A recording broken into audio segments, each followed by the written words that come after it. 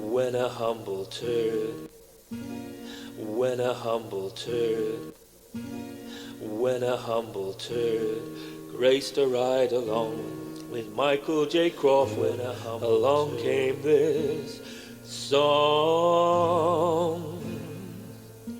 The Turdistan he fought, a bedridden devil. His army of clones at his jaw did they revel. They came after us, crossed the borderline, took all our offers to send down their mines, while the feathered beast ran out dear Bob. So cried the trekker, this madness must stop. Toss a coin to your trekker, oh planet of plenty, oh planet of plenty, oh. Toss a coin to your trekker, oh planet of plenty.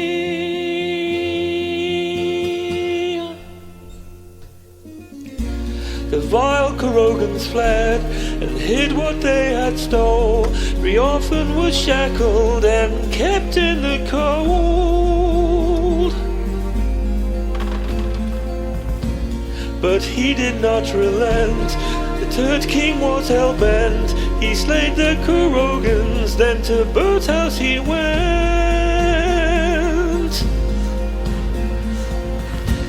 And with a mighty blow, he struck that button red. The mighty bird folded in two by his bed. That's my epic tale, our champion prevailed. So let's drink a toast with some Romulan ale. Toss a coin to your trekker, oh planet of plenty, oh planet of plenty, oh. Toss a coin to your trekker, oh planet of plenty, oh planet of plenty, oh.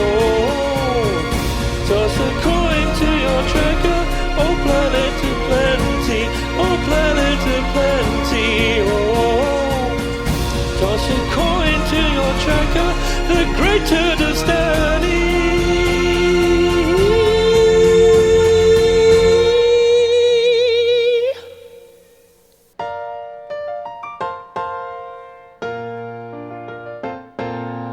Making your way with the nerds today takes everything you've got. Taking a break from hating JJ sure would help a lot. Wouldn't you like to just get laid? Sometimes you wanna go where all the Trekkies know your name, and they're always glad you came. You wanna be in a galaxy where Star Trek isn't lame. You wanna go where everybody knows your name.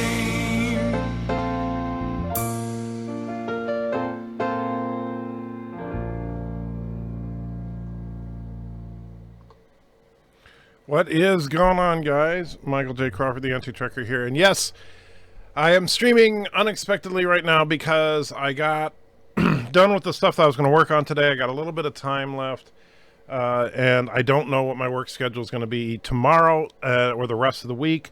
So I have no idea when and how I'm going to be streaming for the week. So I figured that any opportunity I have, I'm going to hang out with you guys, because why the heck wouldn't I? Darth Maul was first, says, hey, Auntie47 Yorktown says, hi, Commander Iron Wolf says, hey. Then Darth Maul says, hey, Auntie, because he only said he, Auntie, before. And sorry, yeah, I still got that little bit of a cold going. I don't know where it came from, but fortunately, it doesn't feel that severe. It's just annoying. And Bradley says, not Ryan Johnson says, hello out there in YouTube land. Multi-Gunman says, how's it going? Commander Shran saying hello. Bird, oh, pray 5, says Kaplanov. Yes, there is a new bird chat available. Multi-Gunman says, live long, Kuroga down with Turdistan because he's being a jerk, and then says hi to Bird. Sci-Fi Nation says, greetings and fellow nerds. Now go to bed, Boomer. You have to work tomorrow. Yeah. You know I hate the Boomer thing, right? Let me drop the Boomer thing. Howdy, Mr. Friend, buddy, old pal. Hey, Wolverine. I'm sure it'll be great, Anti-Checker. The bird chat. I hope you guys like it. I do. Bird won't. Josh says, Bird Chat 3, what is Bird Chat 2? So Bird Chat 2 was a special Klingon. Bird Chat 1 was Bird and Picard kind of falling in love. Sci-Fi says, R.I.P. Kobe Bryant, his daughter, Gianna, and the others lost today. Yes, very sad. My wife told me about that while I was working on Bird Chat 3, actually. And yes, very unexpected, very sad. The man had everything, and now he's gone. And let's see. Bird of Prey's a little tired, but okay. You recover. There's Auntie. Hey, girl. Yeah, you just got back from your walk, so now you're all excited, huh? All right. Yeah. Here, I'll give you a piece of jerky. All right. So, yeah, Auntie just got back from her walk with Joshua, so she's all energetic. We'll see how long until she falls asleep. Mr. Warwick says, toss a coin. Mike Richards is here from Columbus, Ohio. Good to see you, Mike. Darth Mall says, it's been forever since you last streamed. Well, yeah, a few hours anyway. And Sci-Fi Nation says, then MSNBC drops the N-word when reporting the story. Are you serious? That's crazy. That's... Wow. Yeah, the N-word drop was unbelievable. Why was that in her mind to begin with? Careful, Auntie. DJ tagged you in a post that shows it on Twitter. All right, I will check it out. Let me see. Normally, I wouldn't want to go to Twitter in the middle of a live stream, but that's kind of crazy. I mean, MSNBC, really? Do they really think that? That's just insane. Let's see. And Cinnabon, Sci-Fi Nation. I don't see it. Oh, here it is. All right, so NBC report just okay. I'm gonna mute the audio because I don't want to play that word, but I do want to.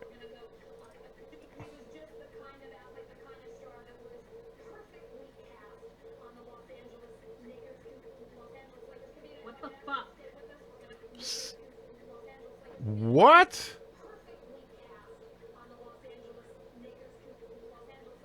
What the fuck?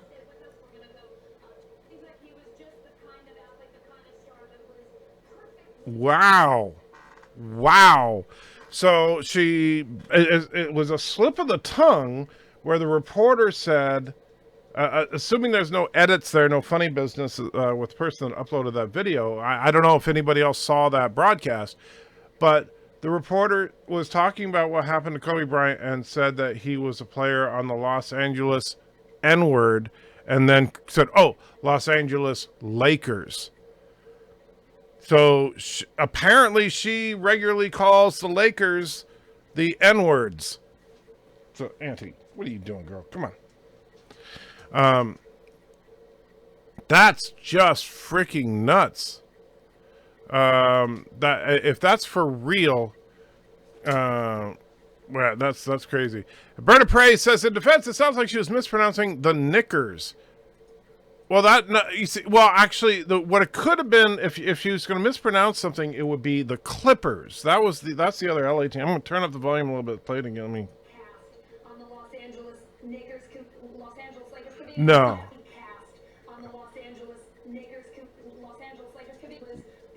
I don't think I'm gonna. Wow, that's just crazy. Hold on, just a second.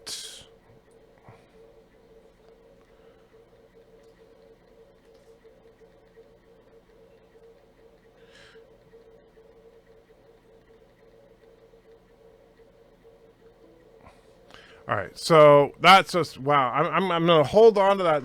Mrs. Anti-Checker is extremely good at picking out what people are saying, even when it's not very intelligible. So I'm going to have her listen to it and get her judgment on it. I'm asking her if she can come up. I know that she's on the phone right now, but hopefully she'll get the message. Springtime says, long live Turtistan. Thank you, loyal Turtistani. Drop the, let's see. And then, it was a werewolf says, drop the boomer thing. So you want to drop the boom. Tubian says, Kapla. Nightbreed says, hi to everybody. Tubian says, chunky red-headed female crew member is the best choice. No, this is not Trek Yards where you would want to say that. Sci-Fi said, don't play the audio. I did not play the audio. that N-bomb was live. She's fired now. I'll bet she is. Mr. Miles says I did not get notified. I'm sorry, Mr. Miles. By the way, if you check your Skype, Mr. Miles, I sent you a whole bunch of stuff. She said Los Angeles Knickers as in Knickerbockers because she was thinking the New York Knicks. I understand what you're thinking, but no. First of all, I'll tell you, Bird. I've heard people call the New York team the Knickerbockers. I've heard them call them the Knicks. I've never heard them called the Knickers. And that's not what it sounded like to me. It sounded, like B was saying, it sounded clearly like G. The G was in there. And so that's why, like I said, I want to try to get Mrs. Anti-Checker's opinion on that. The reporter must be a turd standing. No, I'm pretty sure MSNBC is a Kurogan station, actually. It's the only Kurogan station. Hail Kuroga, says Sci-Fi Nation. Second Fleet Actual says, this is a bit of a fallacy. Oh, and Night Breeze donated $1. Treat for Auntie. Down with Kuroga, and all hail the Hypno Turd. Well, thank you so much, Night Breeze. And yes, we'll give the Auntie's like, what? Really? Treat for... Yes, here you go, girl. There you go. And so, let's see. And you want the Hypno Turd. How do I have... Let's see. I haven't tried to do the Hypno Turd since we changed this. So if I go here, we'd have to, like, turn that off. That's not one we want. I love men. Let's see.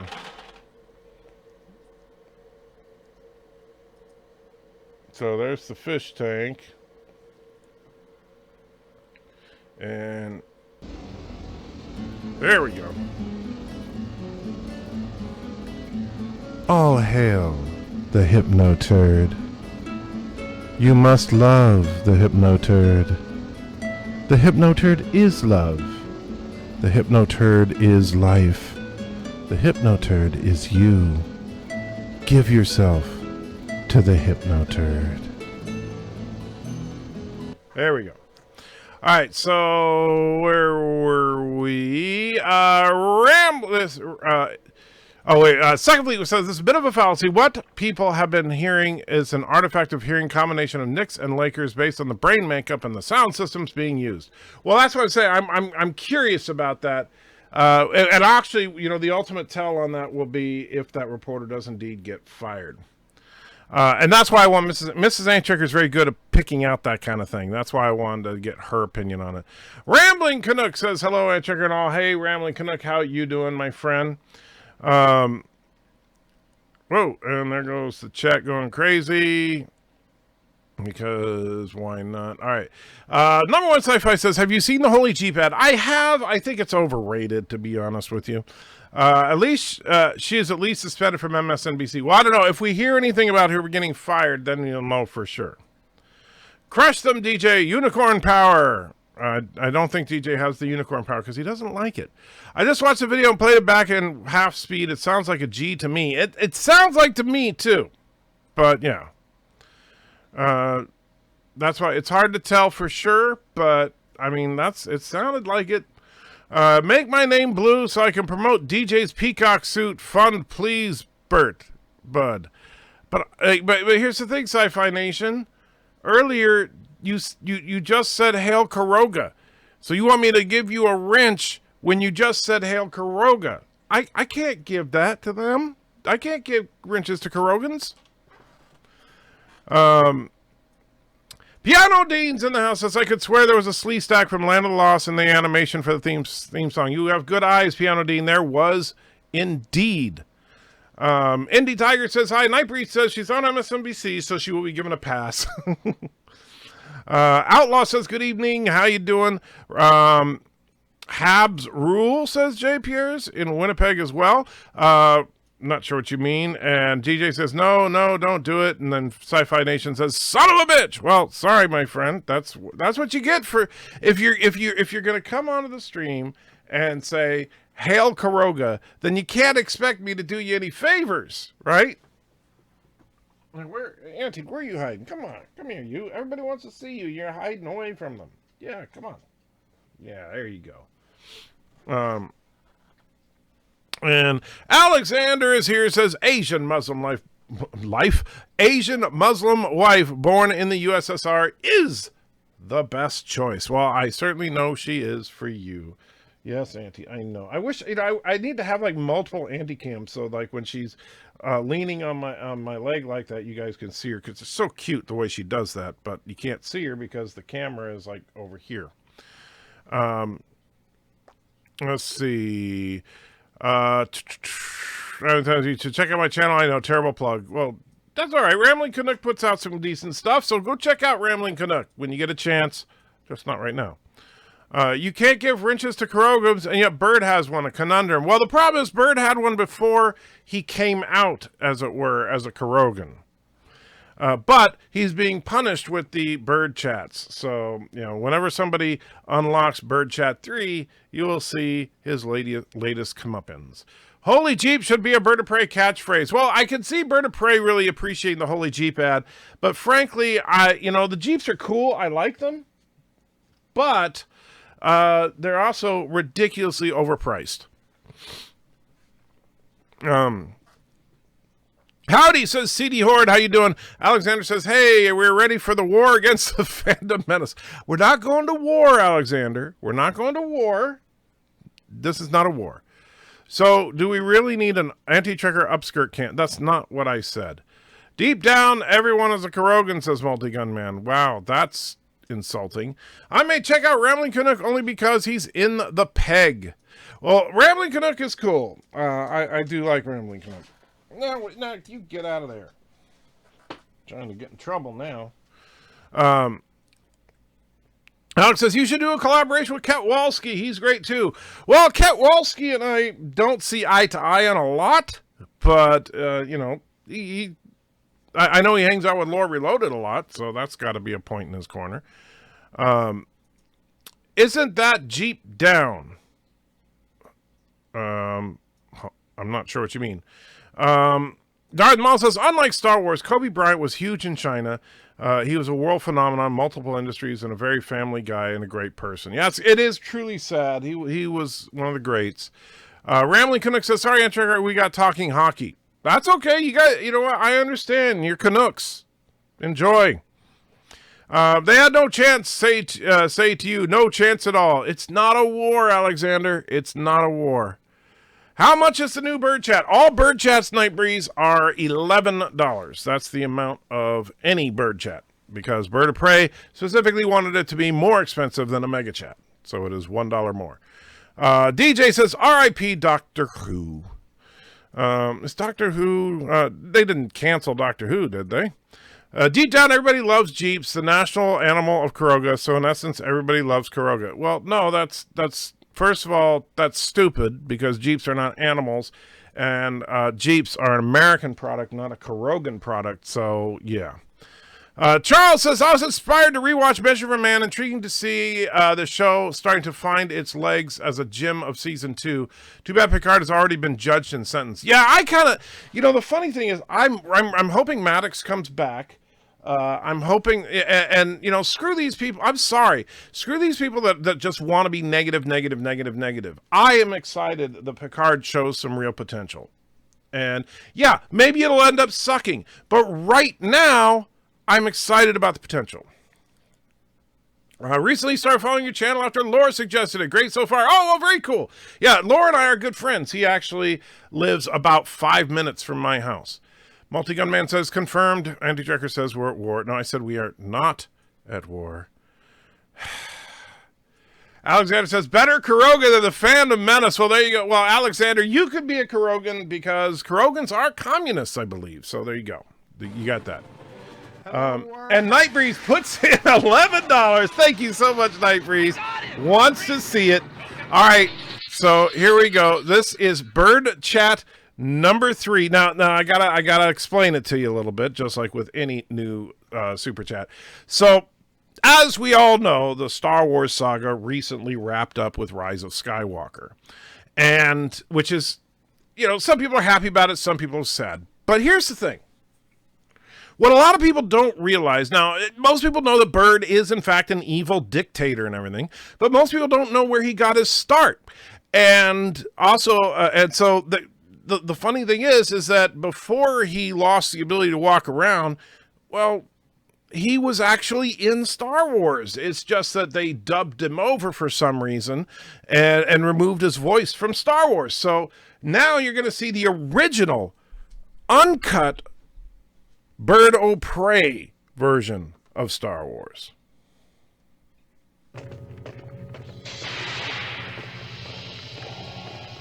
Darth Vader, only you could be so bold. The Imperial Senate will not sit still for this. When they hear you've attacked a diplomat... Look, I don't know why you're so pissed off. I'm not the one making out with your brother. I don't know what you're talking about. If the rebels have obtained a complete technical readout of this station, it is possible, however unlikely, that they might find a weakness and exploit it. Hey guys, I figured out how to Jaloja in this suit.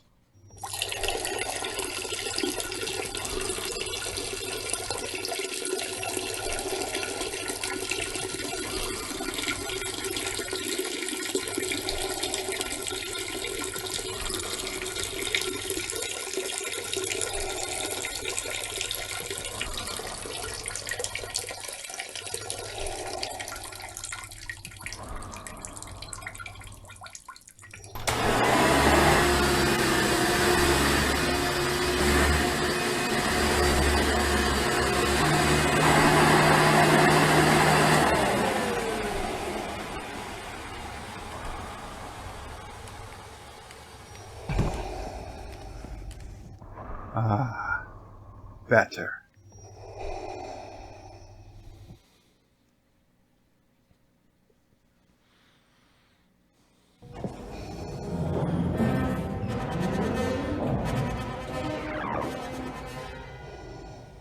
Oh yeah, that's it.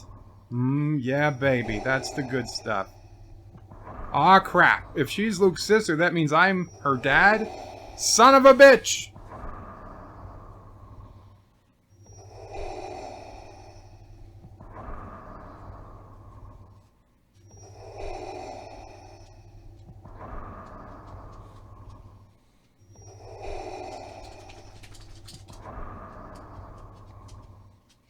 What the f***, anti-tracker?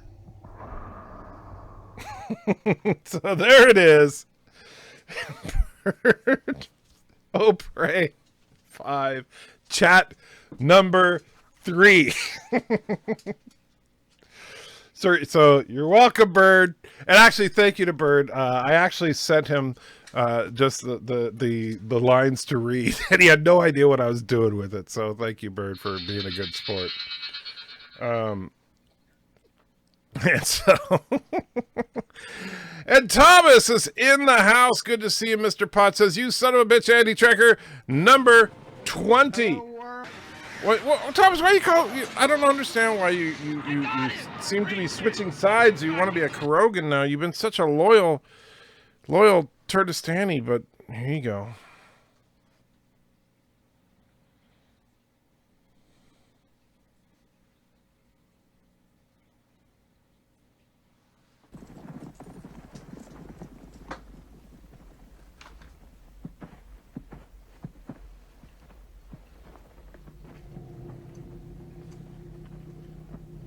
Anal na trach, was betad, doch hiel dienre.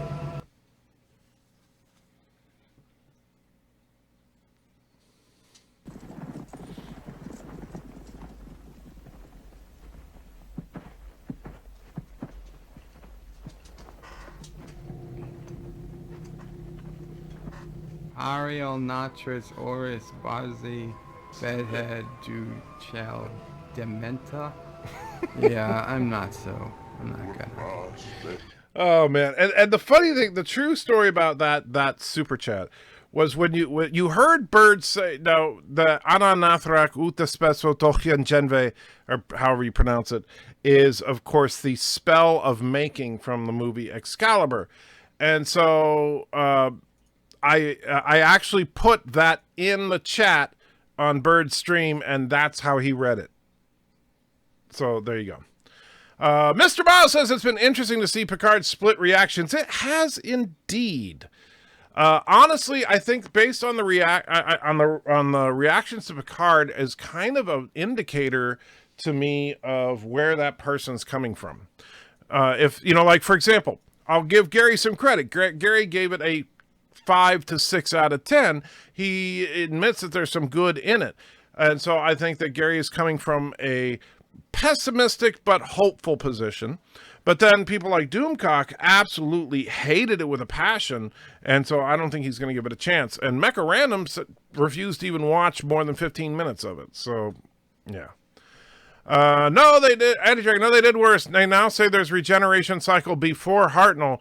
That is of course female with a police box TARDIS, which bastardizes canon. Well, have fun with that. Glad I'm not a Whovian. Did you use your new mic on that last video? It sounded better, but you didn't talk for very long. Are you talking about the video that I sent you? It's not a new mic. It's the mic's the same mic I've had, but I did change the setup a little bit. I really like the premiere episode of Picard. I think it's going to be good. I'm optimistic. I gave it a 7 out of 10, which is the best score that anything Star Trek has had for me since, the 90s. Alexander says, it's important to remember that I accept all Jar Jar Binks Episode 1 action figures. You just have to pay the shipping. That is true. If you want to send Alexander a Jar Jar Binks action figure, you can. You're talking to Vile Mike. I was like, oh, never mind. I was like, what are you talking about? Is Karoga the forgotten American colony since they're a small part of Robot Hell's sewer system? Yes. They're the forgotten colony because America just figured that, that's nobody cares. So I wonder if in Picard Slipstream Drive will be finally perfected. I don't think they're going to get techie in it. I doubt it. You aren't missing much when it comes to Doctor Who. I watched episode Orphan 55, and they went from expedited, heavy-handed in their message to subtly is over heavy-handedness. Well, I'll tell you, Doctor, I watched the first episode with Jodie, and I was done. That's the last episode I watched. Bird of Prey 5 was the Star Wars kid. And then a bunch of LOLs, I'm assuming based on the, it must be because of Bird Prey chat, because Bird of Prey says, oh my God. And let's see, Bird has an enormous bladder. That's very true. Where's the vacuum? That's cheating. And then, of course, the vacuum hits. So there you go. All right. So I'm glad you guys seem to like that. What? No shake at the end? Jeez. And Star Trek Picard, King of Diamond card on the bottom of the deck, swipe at Trump. Data had his hand in all Queen of Hearts. Compassion saves the day. I don't think that, I think you're reading too deep. I think that the Queen is the only one that's really going to be significant out of all that. Now, the question is this talking about a Borg Queen? Is this just because it's a girl and Picard's compassion for the girl is what's going to make the difference? I don't know. Or is it just he was having a weird dream and Data just happened to have 5 Queens of Hearts? So Bird of Prey saying, wow, well done, sir. Thank you. Did Nightbreeze do the heavy breathing? No, Darth Vader did. Yeah. And there's Thomas's $2. Thank you again, my friend. I actually think Vanessa Bryant would make a great Orion slave girl or Wonder Woman. I don't know Vanessa Bryant, but I'll take your word for it. Vile says that was awesome. Burp Chat 2 was great. Well, I'm glad you guys liked it. Alexander says insane, which is really saying something if Alexander says something is insane. John DeMarco says Vader of Prey was awesome. Thomas says you need a dancing rainbow unicorn. I know we need to work on that next. Thomas says you start a stream while I'm on my way to work. Also, I think I spotted Argo looking ship in Picard. Yeah, I saw the picture you sent, and I actually was watching the Trek Yards breakdown of that tug from that same shot, and they pointed out that ship looks like the Argo. Vinny of Hermes says Excalibur. Yes, great movie. Vile Mike says, have you seen my latest review? If you want to play it, it's only a minute long. I have not, Vile Mike. So, all right. So since you're making me work here, let me see. Vile Mike. Let's go to the channel, go to videos. All right, Vile Mike reviews the Rainbow Unicorn. Okay, so this could be fun. Let me bring this over here. Hold on just a minute. I'll get this queued up. And so I hope that you have the vile child reacting to this. All right, so we go to games. There we go. So let's see, should work. Here we go. Y'all ready for this? Oh my god, a horse! Hey, Adega, you're here in for a treat of a lifetime here.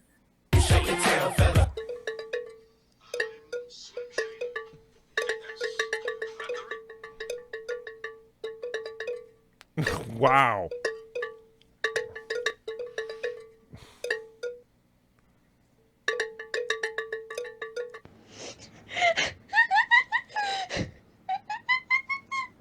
That's so fucking stupid, but it's great. By far the best thing we've reviewed so far. 10 out of 10, 2 thumbs up. Don't forget to like, comment, and subscribe, and if you haven't already, subscribe to DJ Odyssey as well. Thanks, buddy. So there you go. The official review of the Rainbow Unicorn for everybody to see. That was actually, I got to ask, so was that authentic vile child laughter there when you first showed it to her? And let's see. Dang, all of a sudden I went crazy. Really? The Guardian Forever's in the background. Okay. So I watched Vulcan Hello. It's a shame. A lot of hard work went into something that the powers that be couldn't bother to make line up with the rest of Star Trek. Yeah, I know. That's the thing. It's so beautifully put together, and it's such a piece of crap. I mean, yeah.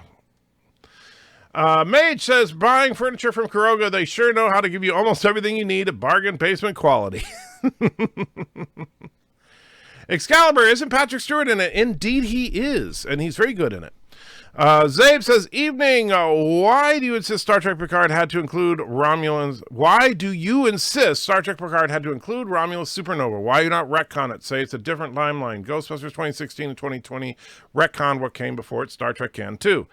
Well, sure they can, but Star Trek 2009, generally speaking, was positively accepted, and very few people had a problem with the supernova, to be honest. And so since there's no reason to retcon it, you don't. They did correct it a little bit. It's no longer a galaxy-breaking supernova, but just the Romulan system.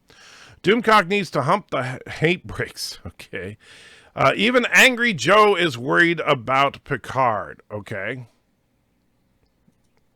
And yeah, it definitely seems like Trek audience is divided on Picard, but much more approval than Discovery. Yes, I agree. I think that Trek audiences are divided, but I also think that generally speaking, it's a much more positive vibe than we got from Discovery for sure. Darren says, nice shirt. See, that's what nerds were before nerds were cool. They wore funny t-shirts now. That's, well, actually, I do. What are you doing under there, Auntie? Come on.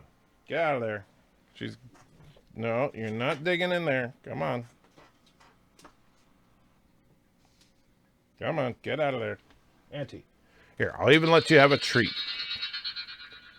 And let's see. Here you go. Come on. There, now you can get out of there. All right. 7 out of 10 for Picard. Sounds about right. There are a few problems, but overall it's enjoyable. Agreed, Tentacle. Vile Mike wants a Jar Jar onesie. I think you need a Jar Jar onesie if they exist. I'm going to say something that I know some people will disagree with. Star Trek Picard had the best Star Trek first episode so far. Well, let's see. I disagree, but I think it was on the high side of average. I mean, it's definitely better than Encounter at Farpoint. I would say probably better than Caretaker, but I would dare say Emissary was better. And Broken Bow was better. And first, the original series, the first episode, Man Trap, definitely not one of their strong suits. So, yeah, so I'll say it's better than Man Trap. So it's on the high side of average. And Discovery, a Vulcan Hello was an insult. All the episodes with 7 and 9 will be 15 out of 10. Okay. And Defiant, 15E, throws in $5. Thank you so much, Defiant. Says, why does Picard have Romulans making his meals when he's a freaking replicator right there? Because the Romulans are his personal servants / slaves. We talked about that a little bit on the Rational Roundtable channel this morning. But yes, the Romulans are his servants. They are his slaves. And they are so grateful because he is their white savior.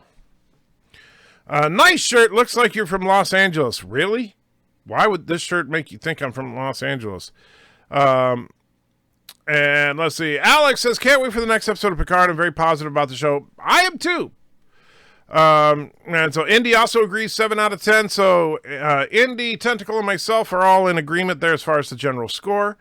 And let's see. They should have released all the episodes at once so people could binge watch. Well, you know, it's funny. There's two strategic ways to do that.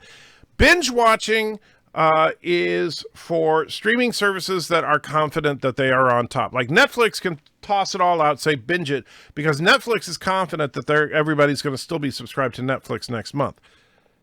CBS desperately needs subscribers, so if they don't release it 1 week at a time, then people get their free preview, binge the series, and then cancel.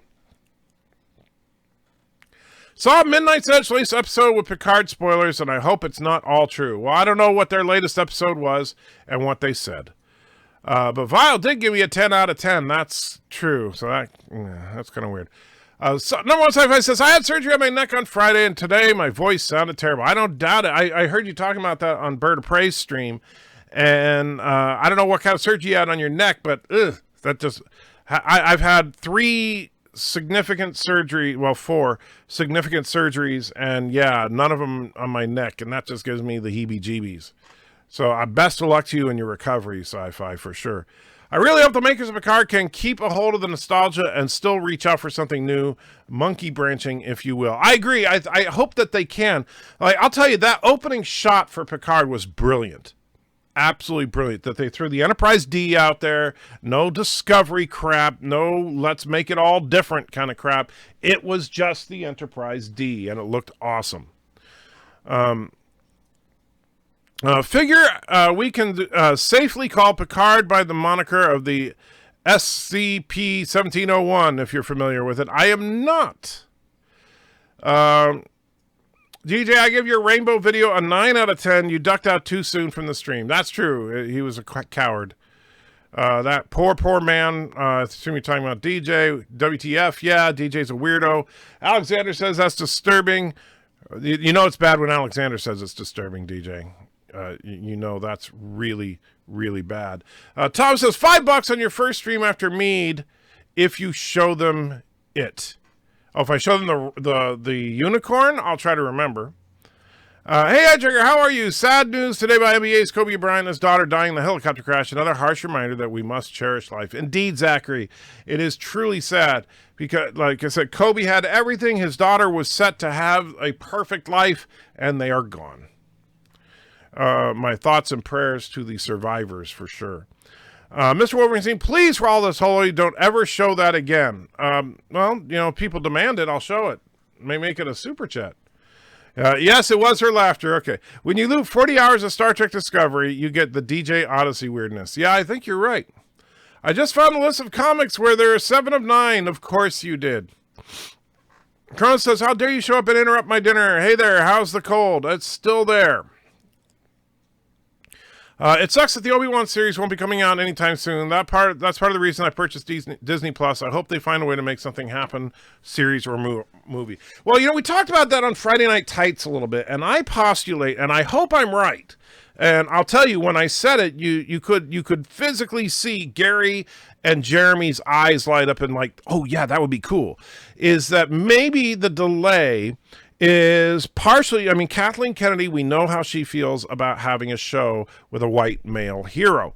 And so maybe they're just saying delay, and they're just waiting to run out the clock, and when Kathleen Kennedy is gone, then they'll make it so they can make it right. That's what I'm hoping. So, yeah. And back to, and there's Defiance, $5. Thank you again, my friend. How far is Eddie Trigger behind? Well, I just read that super chat. I keep forgetting to turn on the stupid timestamps. Zachary says, I'm surprised they've not fired Kathleen Kennedy yet. And Trigger, she has to have some dirt on people at Disney. Oh, no, I'm not surprised at all. And we talked about that, actually, on Friday Night Tights as well, and I've talked about it on Midnight's Edge as well, is the problem is that while pretty much everybody agrees at this point she needs to go, that she's run Lucasfilm into the ground, But they can't just up and up fire her, because here's the story. Here's how it's going to get narrated here. Is incredibly successful and powerful female producer, the most powerful woman in Hollywood, gets the job of president of Lucasfilm. After years of working as number 2 for Steven Spielberg and George Lucas, she's finally taking over the studio. And she decides that it's about time that we have Star Wars for girls. So she starts to put the first truly female empowered Star Wars out there, and then they fire her for it because the patriarchy is evil. That's what they do. Right? So to avoid that, they simply say, we'll wait till the contract runs out and then say creative differences. That's how it goes. And Mrs. Anti-Trekker is here, so let me pause the chat for just a minute. All right, so babe, the reason I called you here is I need your discerning eardrum. Okay? So people are disagreeing on what this reporter said on MSNBC when covering the Kobe Bryant story. And if she said what it sounds like she said, that's incredibly offensive. If she didn't, then, and let me mute it so I'm not broadcasting it. But people are just disagreeing on what she says. So you tell me what she says here. Seems like he was just the kind of athlete, the kind of star that was perfectly cast on the Los Angeles Lakers. What the fuck? She did say niggers. Yeah, so because Bird of Prey was suggesting that she was saying Los Angeles Knickers, because as in the Knickerbockers. That's great, but that's not what she said. Yeah. Maybe that's what she meant to say, but she said niggers. Yeah. The kind of athlete, the kind of star that was... Yeah, and that's MSNBC, by the way. That's what he talked about. Okay. So Mrs. Anti-Trekker, with her discerning ear, she said, nope, that was the N-word. You should have seen the look on her face. All right, so DS9 emissary Sisko confronting Picard was awesome indeed. That was a great scene. The only thing I didn't like about that scene is we never got any payoff from it like we should have in First Contact. And let's see. I was satisfied with Picard so far. Sorry if that's an unpopular opinion. I don't think... Where are you going, Auntie? Auntie? Where are you? There you are. Okay. It's not unpopular around here, Renegade. I liked Picard. I think that most of the people that I've talked to have liked it. The only people that don't seem to like it are members of the Phantom Menace. I think replicator food is sort of viewed as fast food, and Star Trek real food is used being more luxurious, shall we say, more special, although perhaps not as nutritious. Well, but here's the thing. It's still, why didn't Picard cook his own damn potatoes? You know what I'm saying? He doesn't need Romulans to do everything for him. Picard is living in a mansion, sipping his own personal wine from his own personal vineyard, and when he gets up in the morning, he looks out the window to see Romulans toiling out in the fields and Romulans making his breakfast. Screw that noise. I gave Picard 3.5 out of 10. It could go up or down, although I don't trust the showrunners. I don't trust the showrunners at all. But but when I review something, it's only based on what I see, not based on anything behind the scenes. Mr. Morris says CBS All Access should upscale and digitally enhance as much of the old Star Trek as possible and only have it available on CBS All Access. They'd more Trekkies for the long term. I think you're right. I think they should do that. They should upscale it all to 4K as far as anything that's possible, anything that was shot on film. And but they're not going to do that. They're not unless Viacom decides to do it. Darren says, I put out a short video today. My next one's going to be on retro designs when it comes to Star Trek ships. Oh, very cool. Kenneth says, I refuse to watch Odyssey. I'm not sure what you mean. Fed Doc says, overall, I do agree that Picard is a good character for a show, but clearly not Trek. Thus, it was an anomaly. Clearly still Picard in the number one objective ways. I think it feels like Picard. It doesn't feel like classic Trek, but it does feel like to me that it's in the Trek universe. Auntie, you're just going crazy today. Darren says, I think the Klingons could be tribes of Klingons who tried to accelerate their return to normal after being more human in Enterprise, and they overdid it. That's a good one. I hope they come up with some kind of explanation like that. Sci-Fi Sith says, hello, how you doing, my friend? Let's see. Multi-Gunman says there's too many streaming services. Eventually it'll come to be cable 2.0. I miss the good old days when there was only Netflix. Yeah, I understand. The problem is that having only Netflix means that, you basically Netflix becomes a monopoly. And Netflix was jacking up their rates on a pretty regular basis when they had no competition. Now they're starting to regret it because everybody's undercutting them in price. Don't forget to support the Bird of Prey 5. We went to get a Rose Tico series. Crow says, dude, where's the tip jar? I think everybody would probably like the tip jar. I haven't shown the tip jar in a while. I need to, let's see, where is the tip jar? And there's the tip jar. You see the anti-cam. We'll move the anti-cam over here. Of course, anti's not even in it. So there you go. There's the tip jar. And we'll put the tip jar widget in there too. I think is that the tip jar widget? I think so. Oh, there we go.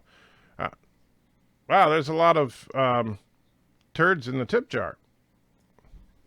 All right, so now the tip jar is there. And Auntie is still hiding. All right, and Chrono said hi to Mrs. Auntie. She's already downstairs. Fed says he's always been something of a wild card, but challenging Starfleet for what he perceives as moral good, but he never really suffered for it. One could say Picard is a fix to that. I agree. Can hear it? Wow, I heard it. Yeah. Actually, I did mute it on there. It would have been a lot louder had I not muted it. Thomas says, only way KK is getting fired is if LA has a 9.0 earthquake with millions dead, so the news will happen to have something else to cover. Exactly. You're 100% right. I see Auntie wants to go downstairs, so let Mrs. Auntie Chicken know that Auntie needs to go downstairs.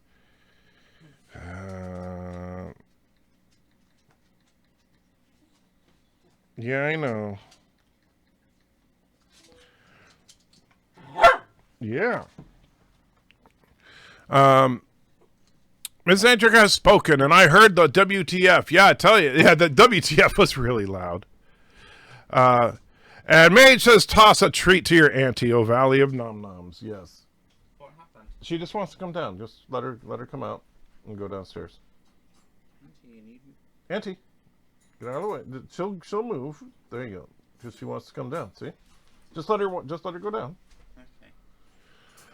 I saw machines doing the work on Picard's Romulans. The Romulans were just house Romulans. Actually, no, Darren. If you look in the scene when he goes and looks out over the field, you can clearly see that there are machines, but there are also Romulans working the fields. I'll bring it up actually for you to see, because that's what I thought at first was, oh well, the fields are all automated, so it's not like they're actually working. But no, they really are working. Breakfast from me. And let me mute the audio because we don't need that. Hold on just a second while I find the right scene. And okay, so there's the dream. Picard wakes up. There's number 1. All right, so come on, Picard, get your butt out of bed. And almost there. Picard's looking around, stumbling out of bed because he's old. Come on, get to the window.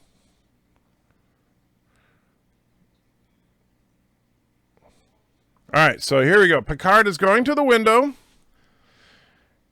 Very, very slowly. Throws the window open. Camera looks over his shoulder, and what do we see? Look at that. We see... There we go. We pause it right there. If you can see my mouse pointer, yes, we have machines that appear to be spraying either pesticides or water on the grapes. But right here in the middle of the field, we have 1, 2, 3 workers toiling in the hot sun at Chateau Picard in France.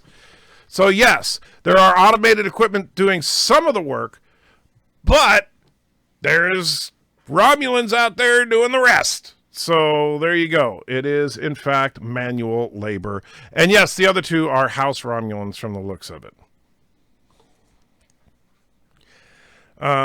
Picard's orchard is in Karoga. That's why he has Romulan slaves. That makes sense. Sounds like they turned Picard into Thomas Jefferson. Yeah, well, that's the thing. I think that they inadvertently made Picard a little too accurate, because here's what I think. and I said this morning, but I think it's true, is that the far left progressives, not your average liberals, but the Batwoman crazy lefties from Hollywood, what they do is they genuinely believe that, you know, these evil Republicans are mean about immigration and don't want these people coming into the country, or just want to abuse them, right? But no, they think that if they let them into the country, then they're so grateful that they'll come to their house and cut their grass and make their dinners and landscape and be maids and all that good stuff. And so, you know, they think that they do it because they love us so much. And that's what we get in Picard. That is exactly what we get in Picard. That the Romulans are Picard's slaves because they love Picard so darn much for saving them. And that is exactly what liberals think Mexicans should be to them. And that's why they don't feel bad about hiring illegal aliens at substandard wages to take care of all their household needs. The Renegade says, don't see Romulans as his servants or employees. They seem more like friends caring for a much older friend who's becoming dotage. Well, you know what? It's one thing to help take care of someone who's bedridden or something. It's another thing to work the fields of a vineyard. Phantom Menace was expecting the worst of Picard going forward. To be honest, I expect they will turn out to be correct. Just pointing out that I'm not disagreeing with any specific point. Gotcha. The Bezoplus says, RLM review of Picard is up. Oh, Red Letter Media was great to see them shred it as deserved. So you, I assume, do not like it. Tentacle says, actually, it doesn't feel like Star Trek. There are too many contemporary settings.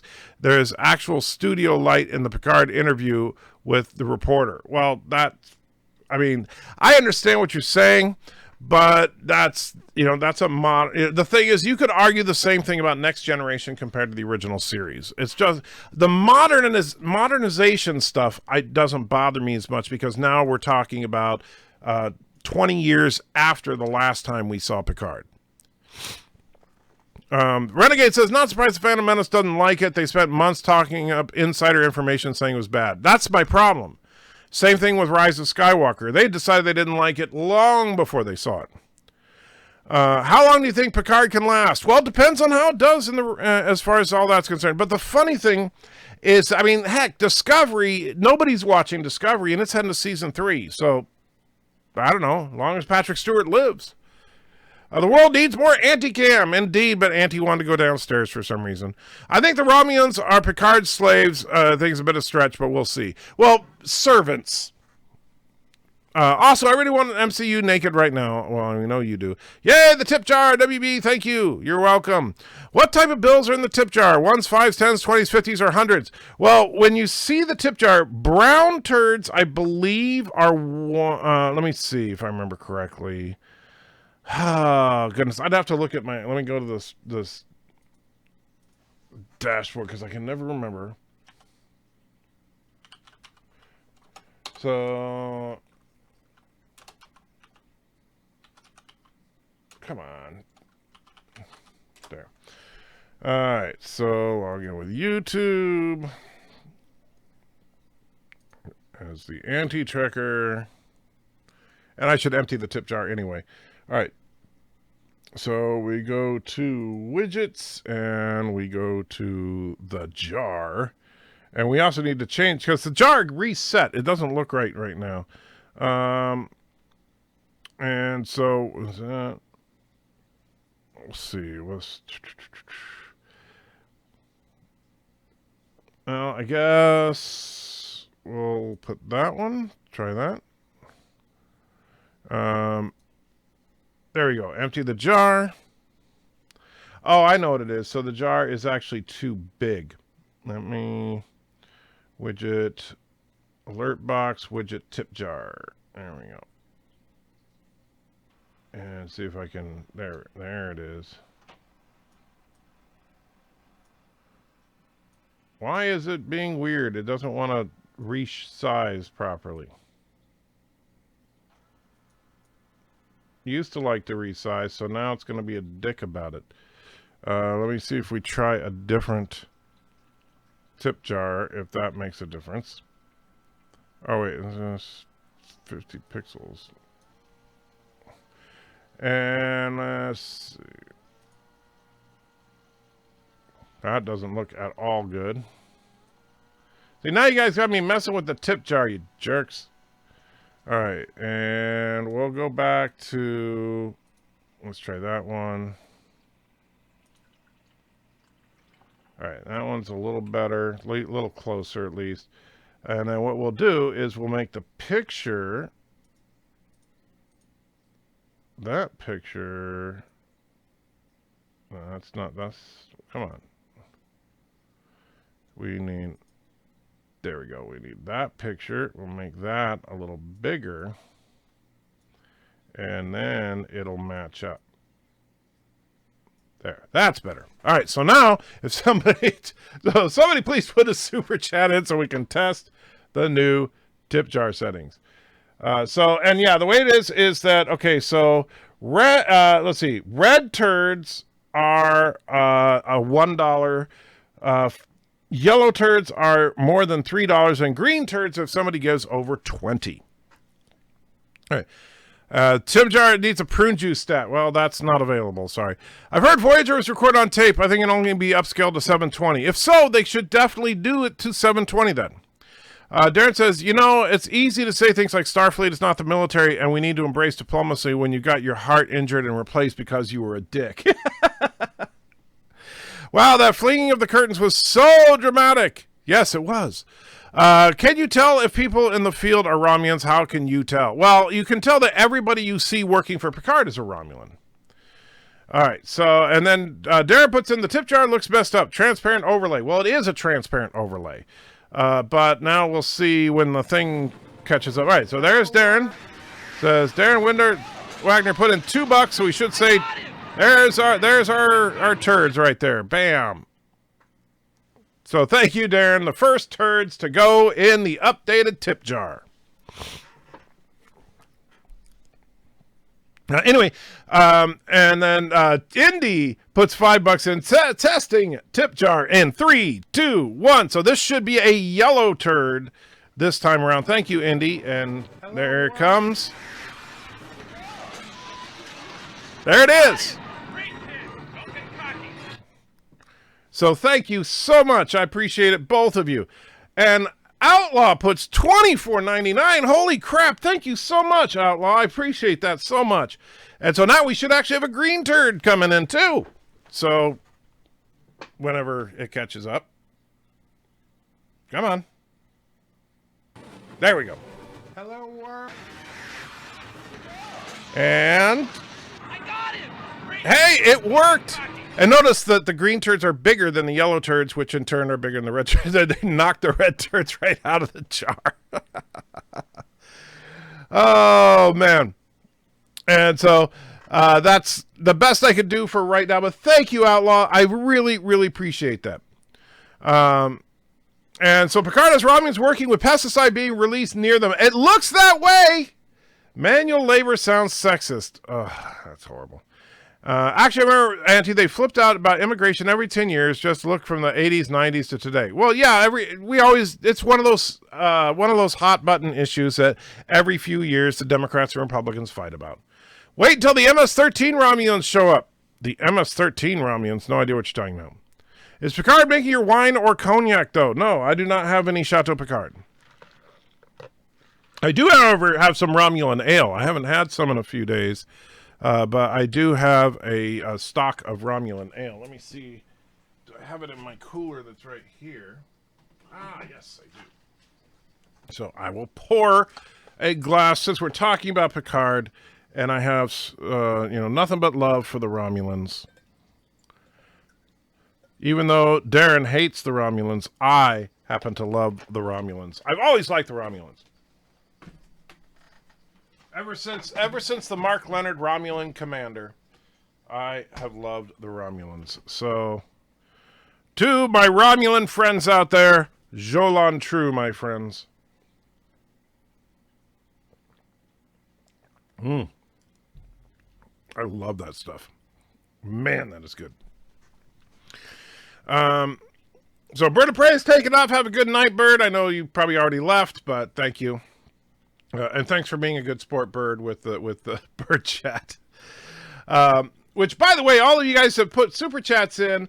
You can pick one of the super chats. So, Darren, you can pick a super chat. Indy, you can pick up an Uber chat. And Outlaw, you could pick even one of the dreaded bird chats if you want to see that again, which everybody loved that bird chat 3. So, let me know in the chat if you want one of those. When TNG aired, they didn't use any current time props, but Picard used too much current time settings. I get what you're saying, but I think why it feels that way to you, Tentacle, is honestly because it takes place on Earth. When they get out into space, you'll probably feel a little more comfortable with it. Wait, what does the future need with pesticides? Isn't it a utopian world? Well, I assume they didn't make all the bugs go extinct because they're a vital part of the biosphere. Picard started strong, loved the TOS-style Romulans. Oh, yeah, I did like the fact that the Romulans look correct. They haven't looked correct since the 60s. Well, actually, since the 80s, because there was Romulans in the original series movies, and they looked correct. The Tip Jar Jar! Oh, horrible.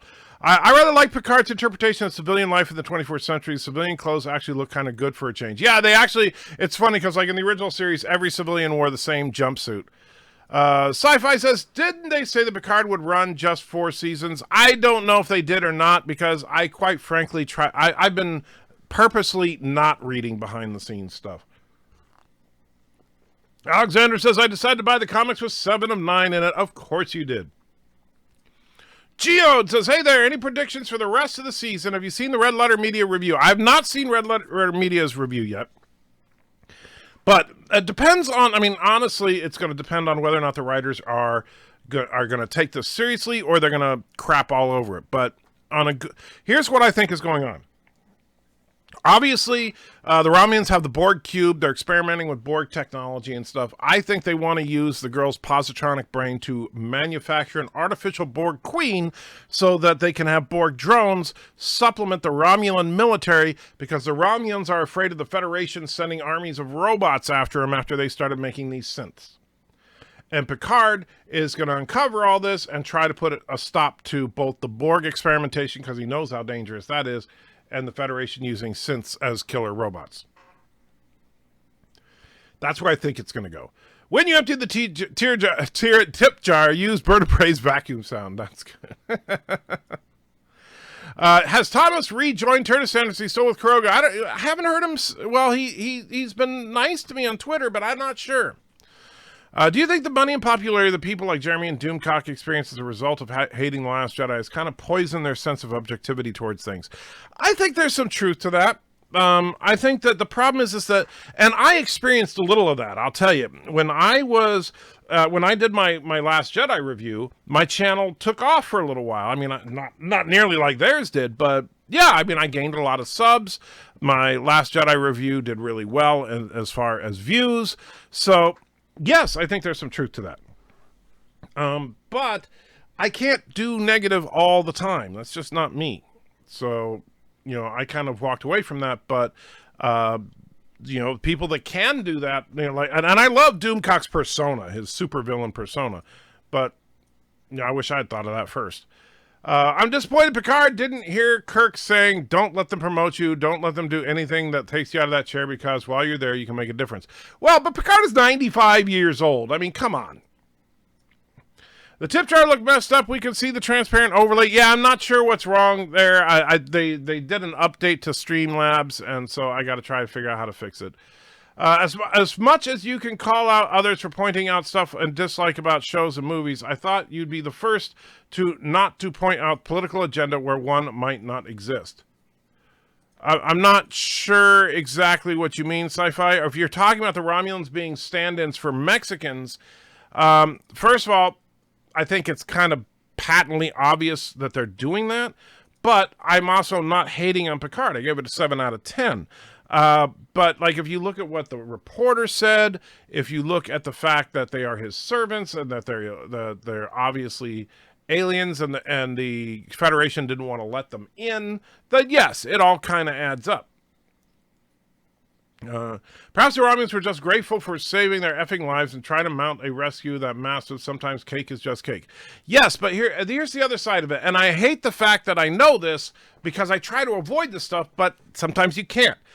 Jean-Luc Picard, Patrick Stewart himself, as well as Kurtzman and others in the production of this, flat out said it.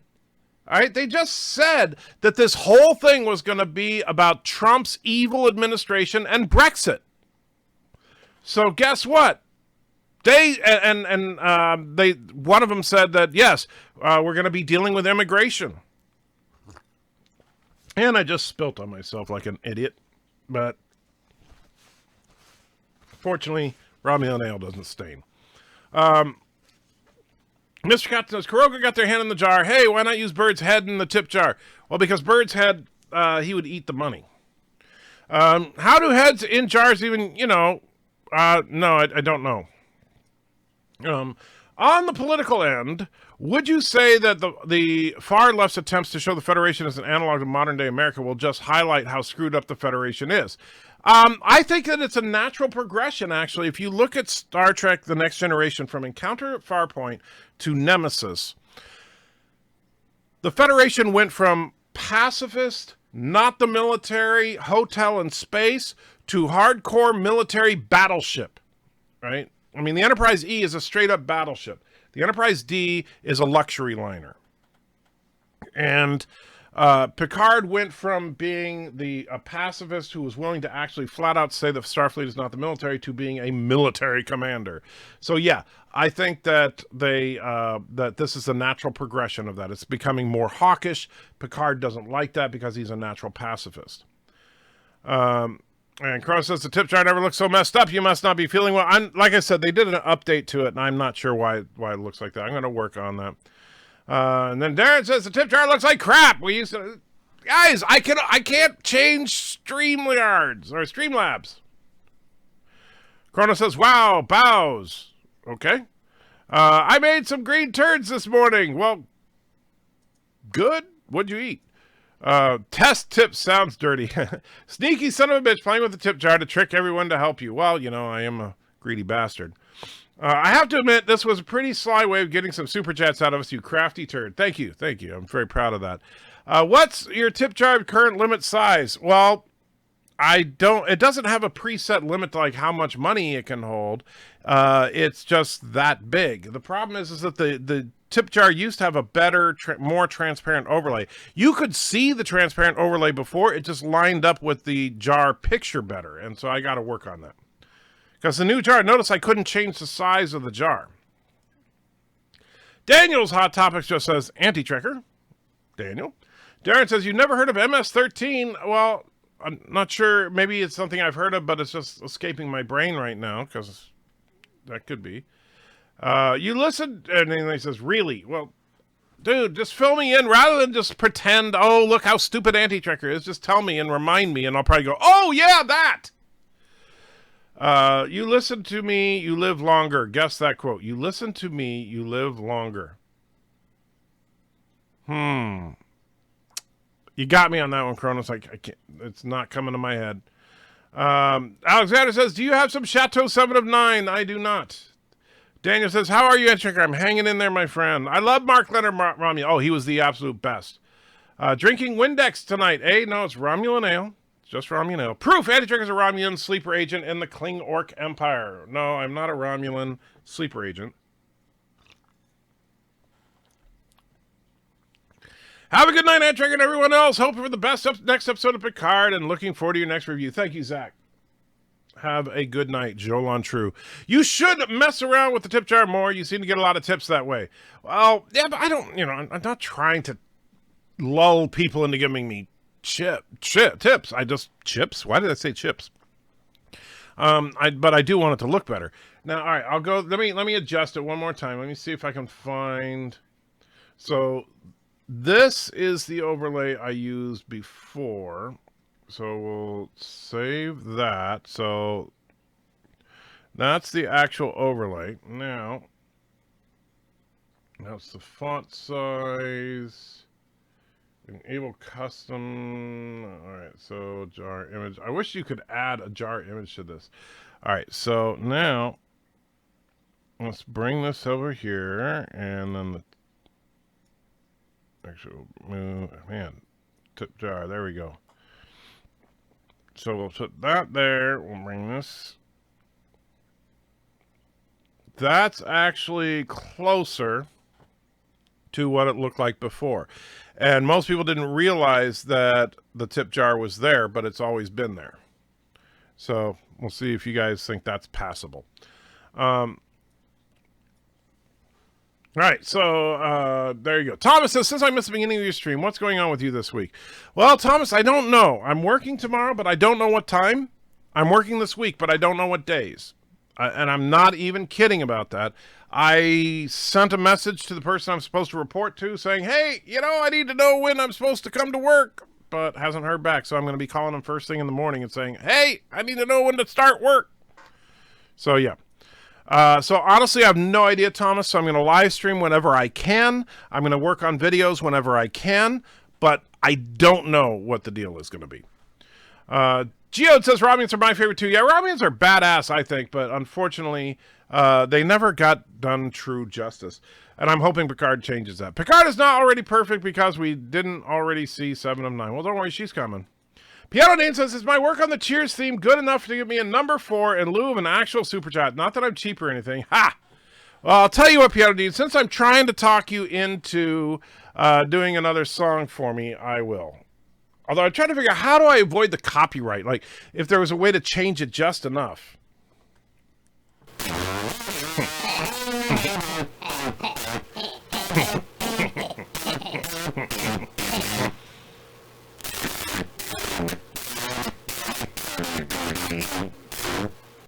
So there you go. That was number 4. I assume that's what you want. Or did you want Uber Chat number 4 or Mega Chat number? I mean, you just said number 4.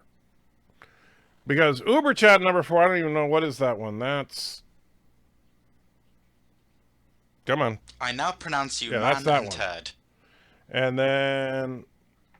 I don't know what's Mega Chat number 4 is...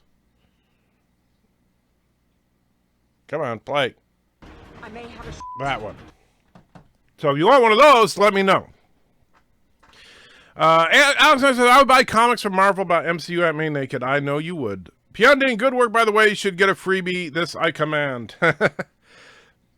I'm more than willing to give Piano Dean a freebie because Piano Dean did incredible work putting that song together, and I am trying to talk him into an even better song that would be it's written entirely by me, and honestly, I think that it could be a good video, and it yeah. So hopefully Piano Dean will get. I know. Don't get me wrong, Dean. I know that you got a lot going on. You got to do your music show and everything, but yeah, get it done now. Don't just. Kidding. No, I'm not. Aunt May keeps getting younger and younger, says Alex. Well, they kind of, yeah, they are kind of doing that. No, Mr. Miles is sending me a message. What now? Black screen. Oh, thank you. Duh. Thank you, Mr. Miles. By the way, this is a fun thing about the tip jar. Every time that you exit and come back into the screen, all the current turds redrop into the tip jar. And all right, and I guess I didn't realize, but Captain Foley is lurking around because he sent me a message saying black screen as well. Corrupt Federation of Star Trek show. Mecca won't like this. I know Mecca does. Mecca refused to watch it. Mecca, in her review of it, she said she watched like the first 16 minutes and then she couldn't watch anymore. And quite frankly, though, I don't see the Federation as being corrupt as much as, and this is something I'll give them some credit for, because I was expecting, because they were talking about how it's going to be like the Trump administration, I was expecting to see an orange alien as the president of the Federation twirling a mustache and saying, oh, we will screw over the Romulans, you know. But instead, we get what I think is a natural progression of the Federation. They went from total pacifist and getting their butts handed to them to being a very efficient military power. And I will even say that it's logical that they didn't allow the Romulans to immigrate to the Federation, given the circumstances. Remember, the Romulans are not the buddies of the Federation. Yes, they for pure survival necessity reasons, they helped the Federation in the Dominion War, but they are not the allies of the Federation. Where can I get some real Romulan ale in the bottle? Liquor store.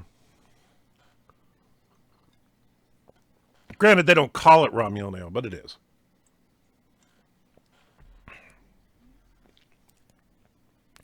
If I send you a USS Discovery Eagle Moss, then you'll know I'm full Kuroga. Okay. I can tell if those people in the field are Romulan. I can't tell. How can you tell? I'm not saying I know with 100% certainty, Aaron, but everyone we've seen work for Picard has been a Romulan. Why would they be any different? I'm honestly a bit mixed about Picard. On one hand, I really want it to be good, but on the other hand, I'm worried they're going to somehow mess it up later. Here's hoping it's good, though. Agreed, Geode. I know it's nerve-wracking because, wow, it was a good first episode, but is the show going to be good? But unfortunately, all we can do is wait and hope. Kronos says that in the future, people live 140, 150. Picard is middle-aged. Don't want to hear excuses. Well, Picard is obviously old at 95. So we're not sure, McCoy was what, 120? I thought McCoy was actually closer, like around 160 or so. But let's find out. That's the beauty of having all these lovely streaming services, is that we can bring up pretty much anything. And let's go to TNG and Encounter at Farpoint. And good, the audio is down. Let's find the McCoy scene.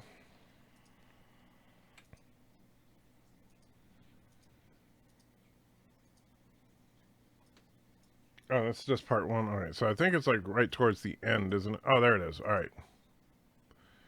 All right, so here's Data talking to McCoy. And I need some audio. What about my age? Sorry, sir. If that subject troubles you. Troubles me? What's so damn troublesome about not having died? How old do you think I am anyway? 137 years, Admiral, according to Starfleet records. There you go. So McCoy is 137 years old, and he was considered extraordinarily old. So I would say that Picard at 95 is an old man, because if 137 is extremely old, so that would be like a 100-year-old today, right? So Picard is old. I think it's a little sad. Star Trek is moving away from episodic episodes to serial episodes. I think episodic has far more rewatchability. I agree, but it's the way of streaming services, unfortunately. I think they should do a little of each, to be honest with you. But, yeah, we're done with that. Star Trek has shown Earth in TNG, Voyager, and Deep Space Nine, and they look futuristic. Star Trek Picard is very current time. Tentacle, I understand what you're saying, but what we've seen is places like Starfleet Command. And guess what? Starfleet Command, when Picard goes there, looks like Starfleet Command. When he's on his vineyard, it looks like what I would expect. Do you remember the episode Family that took place at the vineyard? It didn't look it looked like a contemporary vineyard then. And so why would it not look like a contemporary vineyard now? Do you remember the South Park episode, The Last of the Mohicans, and the song Work, Mexican Work? I'm imagining a spoof of it for Picard, Work, Romulan Work. I don't remember that song, but boy, that sounds like something that we should do. And Picard treating a Romulan how Butler's adopted parents treat them. How Butler's adopted parents treated him. Yes. Hey, can you be the retired Starfleet Admiral person? We love your... Let's see. Hey, you can be the retired Starfleet Admiral persona. We love you regardless. So you're saying I'm old. Thanks. I think FNN stands for Fox News. The abbreviation is FNC. Actually, FNN is Federation News Network, which I invented almost 2 years ago. So, yeah. Red Letters Media, which up on Picard, trash as it deserved. Yeah, you said that earlier. Haven't seen it yet. The male Romulan at Chateau Picard didn't look particularly Romulan to me. I did find it an interesting choice to go with Vulcan-looking Romulans rather than the TNG kind. Yeah, I was surprised, to be honest with you. I liked it, but I was honestly surprised to see that. Especially after what we saw with the Kling orcs. I was expecting them to double down with that and make Romulan orcs. But hey, why they didn't do that, so... where now, unfortunately, there we go. Mage says, you seem to have a low view of the Federation. No, not at all. I'm not saying military is bad. I'm saying that it's a natural change for the Federation to become more hawkish. Because keep in mind, at the time of Encounter at Farpoint, the Federation had enjoyed years and years of peace. They haven't heard from the Romulans in, 50 years or whatever. That, you know, all the Federation was fat and lazy at that point. The design philosophy of the Enterprise D is a perfect example of that. It's wasted space. Half the ship is just for families to hang out. It's not a military vessel. So we move forward to the encounter with the Borg at J25. All of a sudden, the Federation starts researching new weapons and ships. The Borg invasion of Best of Both Worlds. Now the Federation has been in a real clear and present danger and barely got out of it alive. The Dominion War combined with the second Borg invasion, the Federation is being attacked by powerful enemies that are more powerful than the Federation itself.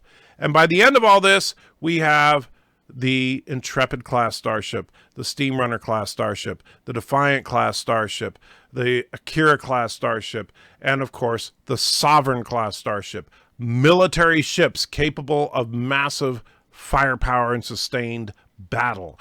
Starfleet went from being a pacifist organization to being a very hawkish organization over the course of about 15 years. And that's actually a logical progression. Now, what do you do when you extrapolate out another 20 years? Which is where we're at. So I don't have a low view of Starfleet at all. I just think that I think it's a logical progression of what we've seen. We went from a peacetime organization that's really like Jacques Cousteau in space to, after a couple of wars, they're ready for war now. I didn't know you could test the tip jar while offline. Typical Turdistani. Huh? Not sure what you're talking about. Also, with regards to House Romulans, one could make the case that they came there and Picard just gave up on trying to get rid of them after a while. Yeah, that's possible. But the thing is, it fits too well as far as the narrative of the far left progressives. That's my problem with it. Or, well, not even my problem with it. That's why I see that, because it just lines up perfectly. I grew up in California. I grew up in wine country, actually, which, by the way, is where Chateau Picard was filmed. It was not filmed in France. It was filmed in California in wine country in the Napa Valley. But and that's the area that I grew up in. So yes, I'm very familiar with people that did in fact regularly employ illegal aliens, thinking how grateful they were for them supporting them coming across the border. Do you think they'll all tie into the Federation Starfleet that Picard says changed directly to the Federation Star Trek Discovery 900 years later? I hope not. I got a comic named Plague Doctor. It's Plague Doctor during the Black Plague. It's very enjoyable. Doesn't sound very enjoyable. It did seem like the female Romulan was rather insistent on babying old Picard in the kitchen scene. Yeah, I know, but yeah, we'll see.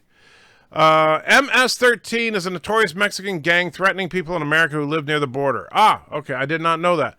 MS-13 is a Central American game known for its violence. Yeah, sorry, I didn't know about MS-13. Although it makes me think about Mexican Batman? Is that what it was? Or Mexican Joker. You're a Romulan Wake agent. No. And by the way, it's Sleeper Agent, not Awake Agent. Trekyard says, hey guys, hey, how you doing, Captain Foley? Trekyard is here, everybody's happy, and I'm way behind, I know. I know the Klingons had enough of a rough history with the Romulans, but what about Kling Orcs? Do they get along with anybody? Don't know. Remember Short Round? Here's a hint. Okay. Yeah, I do remember Short Round from Indiana Jones. Horrible character. Do you go at the job by jogging? Well, if that were the case, I would not make it. If you listen to me, you live longer. Quote from Temple of Doom. Is that what you're saying? Is Pug O'Prey here? No, he was here earlier, but he had to go to bed. He's tired. But Trekyards, okay, since you're here, Trekyards, I hope you're still here. If you're not still here, I'm going to be sad. So send me a message. Let me know you're still here, Captain Foley, because I got something to show you that I think you will enjoy. What? Chips and no salsa? I don't have any chips. Doesn't a tip jar have a bottom? Can't you use rectangles instead of squares? I'm doing what I can here, Kronos. Feces and Lorehead. Yes, I played Feces and Lorehead. That's what you wanted. Okay. Do you think we'll get any more classic Trek themes in Picard? Love that they brought back the Romulan theme. I don't know, but I hope so. I really liked that Romulan theme. It was freaking awesome. Antrager, you have slandered me. I never said I don't like Romulans. I just think they make better villains than non-villains. I didn't say they should be non-villains. I like the Romulans as a villain, but they are an honorable villain. That's one thing I like about them. The Romulan commander, I love that character. He was probably one of the most best developed villains of the 1960s. Black screen, yeah, that was my bad. On a related note, I think it's interesting the last time we saw Romulans before Picard, they were allies in the Dominion War. Now they're second class. Well, actually, the last time we saw them was in Nemesis, and they were not allies.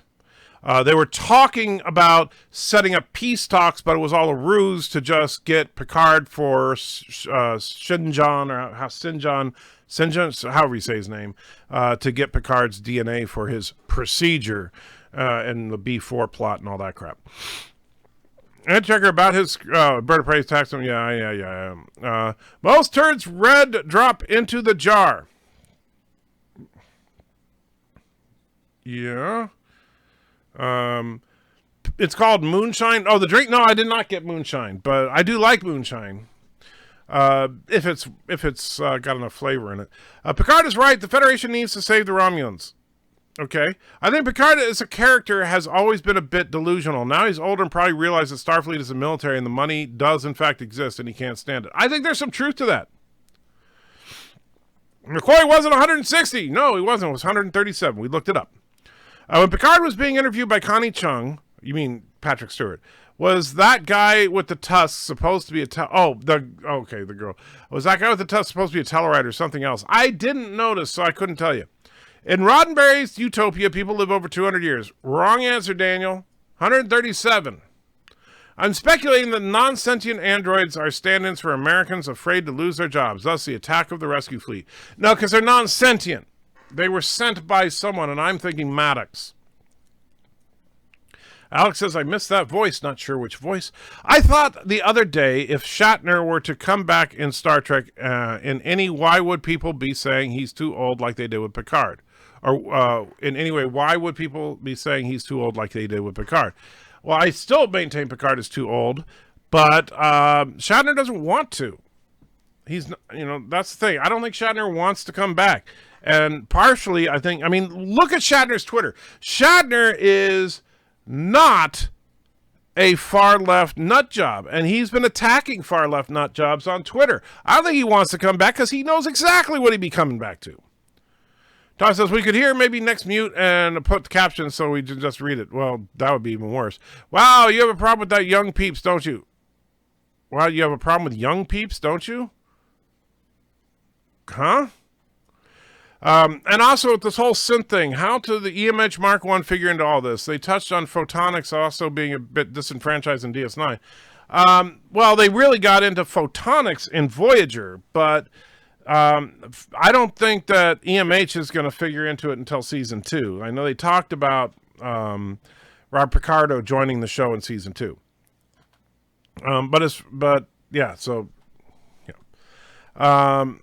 I could probably change it just enough to avoid copyright. Whoa. And there we go. Copyright will still be obvious what song is being parodied. I think I can do it. Well, I'll tell you. Well, you got the lyrics, Piano Dean. I trust you, my friend. Do whatever you want with it. But I think that it would be a freaking awesome song. The veneered burned down Picard's current home could be rebuilt after the fire. Huh? Not sure what you're talking about.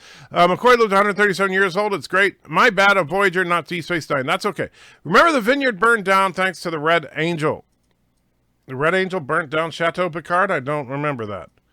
7 and 9 didn't age. May Borg don't age. Yes, she did. I thought FNN, Federation News Network, is mentioned in Star Trek Generations. I don't remember. I know there were news reporters, but I don't remember if it said FNN. I'd have to go back and rewatch it. Good call out though, Vile Mike. I'd have to look. The old vineyard burned down, and Picard's brother had an aversion to technology. Oh, that's what you're talking about. So the vineyard burnt. So what? So he rebuilt it the way it was before. And it wasn't the Red Angel that burnt it down. It burnt down in Generations. Thank you for reminding me. But yeah, just because the old vineyard burned down, well, they rebuilt it the same way it was. The vineyard looked fine. The streets, Dodge's apartment, and the use of current date items by the reporter team that threw me off. I get it, Tentacle, and that's... I think that it's because they just want to... obviously, they do have a budget to maintain. And they're probably thinking, ooh, this tech looks futuristic enough. Yeah, in the spirit of Kling Orcs, I expected to make them like Romulans look like vampires or demons. Pleasant surprise. Yeah, I agree. Thought DS9 style was perfect, episodic with long story arcs. I like that too, but the problem is that streaming shows 10 episodes a season, which is a freaking joke, and 1 story per season. I meant to say you had trouble with peeps younger than you. Well, I don't. Not sure why you say that. Starfleet Command was destroyed in the Dominion War. All we saw on Voyager was a building in downtown San Francisco says Starfleet Communications. So Starfleet Command looking different, I'm assuming, because they built a new one. Yeah, that makes sense. I like your shirt, Ant Trigger. It makes you look more relaxed and settled. Well, thank you, Daniel. I don't lump the Intrepid class in with the Akira Steam Runner, Defiant, and Saber. I think the Intrepid was the last gasp of the fat, dumb, and happy Starfleet. I don't, because the Intrepid class was developed long after we saw the Intrepid after we saw the Defiant. So the Intrepid is at least a post-Defiant design, and as such has Borg anti-Borg influence. And you look at it, it fits that philosophy. It's maneuverable, heavily armed, heavily shielded. It's like a cruiser version of the Defiant. No, not old, wise, and statesmanlike. You rock, dude. Well, thank you, but I feel old. If anything, the shirt is making him more cranky. Get off my lawn! Am I more cranky? People have been saying I'm cranky. Have I really been cranky? If so, I'm truly sorry. I don't want to be. I'll admit that the pain from the arthritis problem, which I know is laughable to say that, but you know, the arthritis problem combined with my knee has put me in a foul mood more than usual. That's why I'm very concerned about returning to work, but I have no choice. And I hope I don't get fired, because if I do, I'm going to be begging you guys for lots and lots of money, because that's the only way we're going to eat. But I hope it doesn't come to that. Irish Trekkie and Trek Collector say that if Roddenberry was alive, DS9 would never gotten made. It was not his vision. That's true. I'll tell you, Daniel, Roddenberry hated the concept for Deep Space Nine. He was pitched the concept. He didn't like it. He was also hated Star Trek 2. And just before he died, he hated Star Trek 6. I mean, Gene Roddenberry, I'm sorry. I know a lot of people love Gene Roddenberry. Gene Roddenberry's vision was crap. Gene Roddenberry's vision was the episode The Cage, was Star Trek The Motion Picture, and was the first season of The Next Generation. That's Gene Roddenberry's vision in a nutshell. The worst of Trek. You know, anybody that, you know, and I know Doomcock has been doing this, where he's like, well, this would go against the vision of Gene Roddenberry. No, Star Trek 2 goes against the vision of Gene Roddenberry. You saying we should get rid of Star Trek 2? No! Gene Roddenberry's vision means nothing! I already read that. Harry Mudd was not very realistic androids way before Data and Lore were created by Noonien and Singh. Very realistic android woman could be the template of those two twins. Well, actually, here's the thing. The Harry Mudd androids looked realistic, but they weren't. In that they couldn't, in fact, interesting thing about those androids, they were not truly androids. They weren't autonomous. They needed the controller. They needed Norman to coordinate. Remember, that was their weakness, was everything had to go through Norman, which Norman was patched into that big computer system. So, no, the androids were not as advanced as Data. They looked better than Data.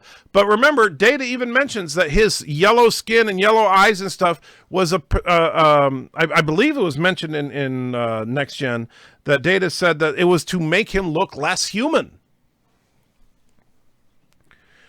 Because people were nervous about human-looking androids. Speaking of Mexico, did you know that they now have surpassed the U.S.'s obesity rate? It has become a massive soda consumption. I didn't know that. Another thing I have a major problem with is Picard waking up in the vineyard. Where is Starfleet security? Where are the police? There was an explosion and no one cared. Well, honestly, Tentacle, I think that's something that they're going to be addressing later in the series, because they also, remember, didn't have any records of what happened to the girl. And so I think that there's some shenanigans going on, and that will be a part of the plot. The only problem with Plague Doctor is lack of dead. There are not enough deaths. Alexander, that's sick. Zabe says, do you think people who love the Roddenberry tree-hugging version of Starfleet and TNG have more of a problem with Picard than the TOS fans not raised on that view of humanity?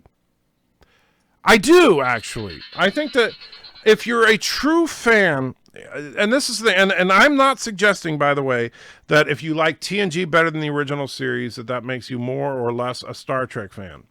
But I think that a true fan of TNG would be less likely to like Picard than a true fan of the original series, and I think for part of that reason that we saw what happened in the first two seasons really of TNG as Starfleet becoming fat and lazy, and then a course correction is to become the military again like they were in the Kirk era. And by the end of Deep Space Nine, that's what they end up as. And that's what Picard hates.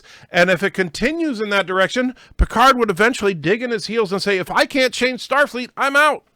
And he quit. Also, in Insurrection, Picard notes that these are the perilous times for the Federation, right? Yeah, it makes a bit of sense. Wars will change any civilization. Very true. Aberjam is in the house, late to the party. What did I miss? What's Bird Chat 3? Well, I'll tell you what, since there was a bunch of super chats that nobody claimed anything for, so I will play Bird Chat 3 again. Plus, I just need to rest my voice for a second because of the stupid cold and blow my nose, so I'll mute the audio. But here is Bird Chat 3.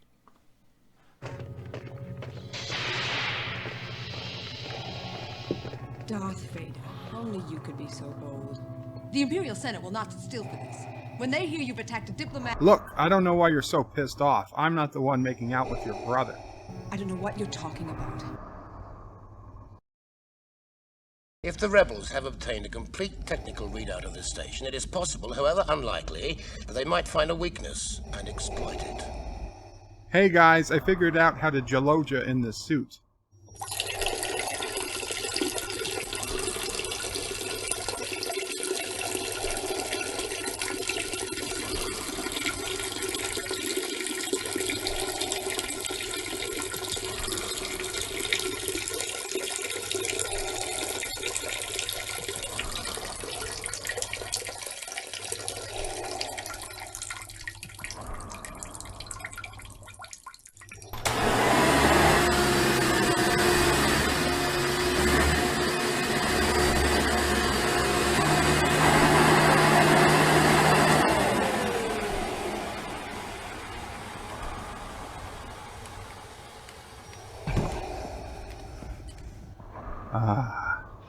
Better.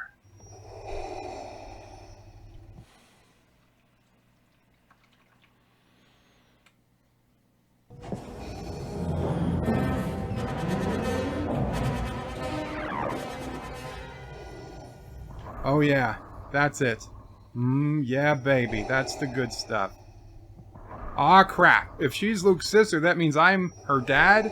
Son of a bitch!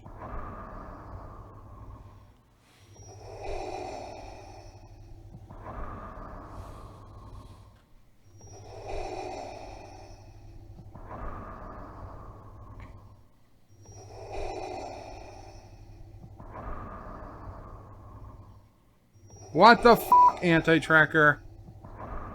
All right, there we go. And Mr. Captain, can you put up a pic or bird pug side by side? Oh, yeah, we need to do that. I'm working on that. And then you missed the point again. You said I don't like Romulans. I was incorrect. I apologize, Darren. You said Romulans were treacherous, and I disagree with you on that. Where is this bird fella? He's in bed right now. There's a difference between the Romulans, between TOS and TNG2. The TNG were not honorable. Which version will Picard be closer to? I'm hoping the TOS Romulans. I'm hoping that this is a course correction for the Romulans. That's another thing. The writers seem to have forgotten something. What's that? It's the Romulans' Star Bloody Empire. Well, if you're about to argue that the Romulans have thousands of planets under their control and stuff, there's actually no canon to support that. The Romulan Star Empire in the time of the original series consisted of 2 planets in one solar system. And that is, I'm sorry, that's just a fact. Now, I understand that people don't want to argue that the Romulan Empire was like this huge, expansive empire, but it really wasn't. Their tech was superior to the Klingons and Federation, which is why they were a threat. How much damage does Shinzon do to the Romulan Star Empire if they weren't able to manage the supernova? That they weren't able to manage the supernova calamity? Well, Shinzon took out, like, you know, what, 1.5 warbirds? They should bring back Leonard Nimoy. He doesn't wrote anything about Star Trek on Twitter. That's because he's dead. Maltz! Joy Chu! We don't know if the vineyard burned down. We just know that his brother and nephew burned to death in fire, which, by the way, makes no sense to me. Why?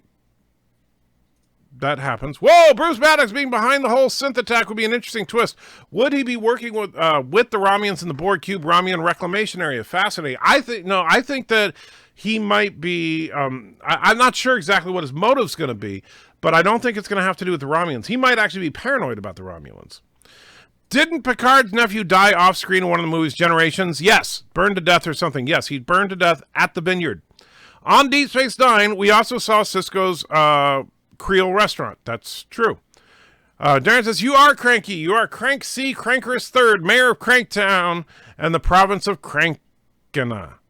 Wow. The best Trek is 7 of 9, whatever. I'm glad you never drew the man bun. I'm glad you never do the man bun. I do wear a man bun every now and then, but not that often. The funny thing is that now, and you see it's in a braid right now, but I had it in a man bun the other day, and Mrs. Antrix said, you know what you look like? You look like the head in the tip jar. I just had to laugh at that.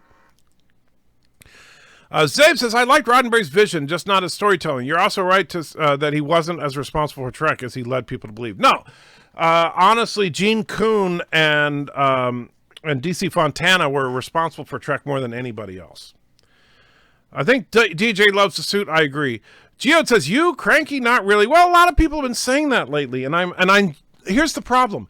It's hard to see it in yourself. I understand that because I know I've been agitated this last year, and I say this last year with no sarcasm. It has been over a year that I have been in continuous pain and constantly agitated. And on top of that, Mrs. Anti-Trekker, of course, lost her sister, lost her mother, and been dealing with that crap. She's still dealing with the estates and stuff, which is just a mess. And it's like little things. I'll tell you, this is what really gets to me sometimes. I got Auntie, we adopted Auntie a few months back because, and this was Mrs. Anti-Trekker's idea. The idea was that, well, you know, she knew that I was going to go in for knee surgery, and after the knee surgery, I was going to need motivation to get out there and be physically active, or else I'm just going to balloon up and turn into Jabba the Hutt, right? So I'm like, okay, yeah. And so we decided, well, if I got a dog that I had to walk 3 or 4 times a day, that would be good. We live in a nice, quiet neighborhood. I can get some exercise every day, walking Auntie around. And before the surgery, even though it was painful, that's exactly what I was doing. I was walking Auntie like 4 times a day and enjoying it. Then the surgery happens, the nerve damage happens. I can't walk my damn dog, and it drives me crazy. I love that dog, but I can't take her for a walk. Poor Joshua, my son, has to walk her 4 times a day because his old man can't walk. So yeah, I'm a little grumpy. And I hate that. I don't like being grumpy all the time. Personally, I don't think Starfleet made very many Intrepids. Too many features of that ship class didn't make it onto other ship classes like the articulated nacelle pylons. Well, the problem is, Darren, it's hard to know that for sure because Voyager was the last series, and so we didn't see what came next. Any recommendations for sci-fi books or Star Trek ones? Star Trek books, I will tell you right now, if you like The Next Generation, you absolutely must read Vendetta by Peter David. Vendetta is my absolute favorite. Even though you guys know I'm a Star Trek, the original series fan all the way, Vendetta is the best Star Trek book, period. I love that book. So I would highly recommend Vendetta. If you're going to watch, or if you're going to read an old classic Star Trek book, I would probably go with Spock Must Die. Is one of the early ones, and I actually really like that one. And then if you're looking for non-Star Trek sci-fi, the Expanse series. I haven't read them myself, but I've heard such wonderful things about them, so I would go there. So there you go, Scott. Thomas says Shatner's sweet tweet on Space Force logo. Oh, did Shatner tweet on it now? Let's see. Why are you guys asking Star Trek or CBS if they're going to file suit for infringing the copyright? That's funny. Yeah, honestly, because you can't sue the government, but I think that's a funny tweet.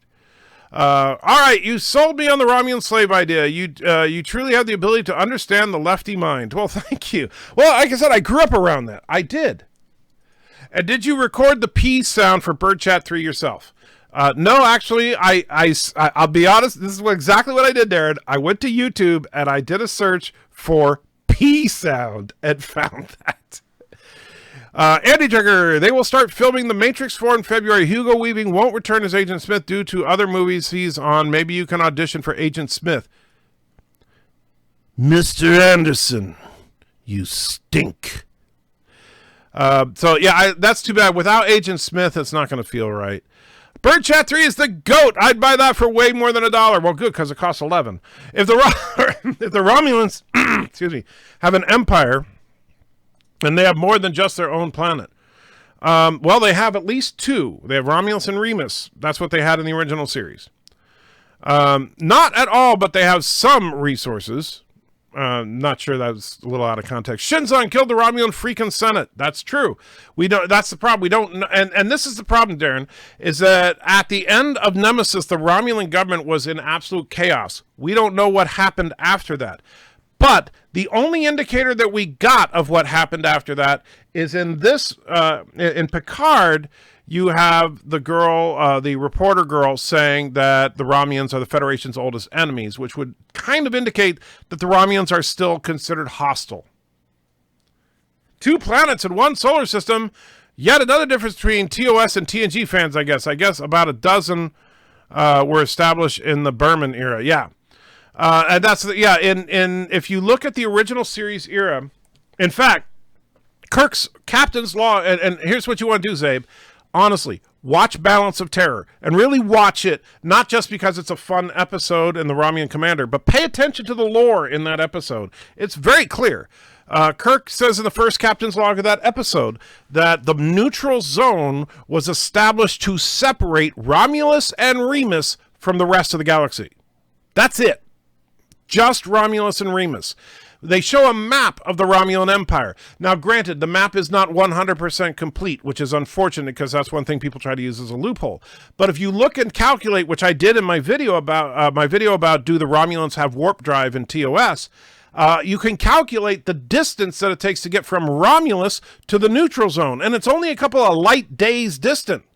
And because it is about the same distance from Romulus to the neutral zone as it is from Earth to the Oort cloud. That is about the same distance. And by the way, that's not from me. That's from Dr. Alex looking at the numbers. Charles says, after you talked about warp drive a while back, I went and watched a few videos on its implementation. There's an actual theory of warping space for faster than light travel. Very cool. Yes, warp drive is actually based on real science. But you can only see part of the border, and there are other stars in Romulan space in the map of Balance of Terror. Actually, the stars you see in the map of Balance of Terror are background stars. They're not stars in that sector. Otherwise, the sector you were looking at would be hundreds, if not thousands of light years across, and the Enterprise couldn't possibly get there in 8 minutes. Wait, the Romulans only had 2 planets? I didn't think they had thousands of planets, but I think they had several planets under their control. Outposts, at least, maybe colonies. Well, keep in mind, the Oort cloud area of our solar system, assuming the Romulan solar system is similar, the Oort cloud area, it's called the Oort cloud, there are lots of asteroids out there, and that's where the Earth outposts were built on our side of the neutral zone on these asteroids. It's entirely possible that on the Romulan side of the neutral zone, they built outposts there as well. It's also possible that the Romulan Empire consists of a couple of other systems, but there's no way that the Romulan Empire is this huge expanse to where, oh my god, the Romulan homeworld blew up, but the Romulan Empire is just fine because that's just one of their thousands of planets, as some people have argued. I know you guys aren't arguing that, but I've heard that argument before, that they have thousands of planets despite no evidence of that. The Romulans had tons of planets. They subjugated other races, for example, the Remans. The Remans are in the same system as the Romulans. Remus is so close to Romulus, it's practically a moon. Get a haircut, you hippie. Jerk. I think the Romulans must have expanded their other border, the one they do not share with the Federation neutral zone since Balance of Terror. I would buy that. I really would, Darren, and I don't have a problem with that. I don't have a problem with the idea that the Empire expanded in the time from Balance of Terror to TNG. But I don't think they've expanded by hundreds of planets. I don't think that they're huge. I think that a supernova at their homeworld would be devastating. Because think about it. If you look at Earth colonies in the TOS era, a colony might have several thousand people, right? Maybe a few hundred, depending on the colony. And so if Romulus was colonizing like that, then if the homeworld is destroyed, that doesn't mean, oh, they're just fine. And that's also assuming, keep in mind that a supernova, if these systems are in close proximity, relatively speaking on a galactic scale, the supernova of one of those systems could cause fatal radiation levels to the others. Not, what we saw, you wouldn't see planets exploding, but enough radiation to where every Romulan would get cancer if they stayed. So just because you have, the one supernova doesn't mean that it doesn't poison the systems around it.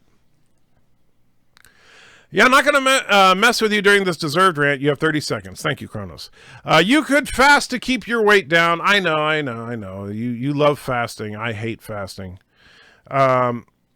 And let's see. Indy says, I disagree with you on the size of the Romulan Empire. Only 2 planets or star systems. If it was only 2 planets or star systems, then even the incompetent Commodore Stalker could have avoided it. Stalker simply plotted a beeline for his starbase as opposed to going around it because he wanted to get there as quick as possible. And we don't know exactly where they were in relation to let's say he was on the opposite side of the Romulan system. Well, if he goes through the Romulan system, then that would take less time than to plot a course around it. You only know 3 total Intrepid class ships for sure. Intrepid, Voyager, and Balapron. It would not be unheard of to stop the class of only 3 ships. The Navy's done that. Oh, sure, it's possible. We don't know. Tristan says, good night, everyone. Good luck tomorrow. Anti-Tracker, all's the best. Thank you, Tristan. And Life with Matthew says, hey, how you doing, my friend? Watch the first 3 episodes of Messiah, says Aberjam. Gotta say, caught my intrigue. Yeah, it's an interesting show. Don't know where they're going with it, but damn.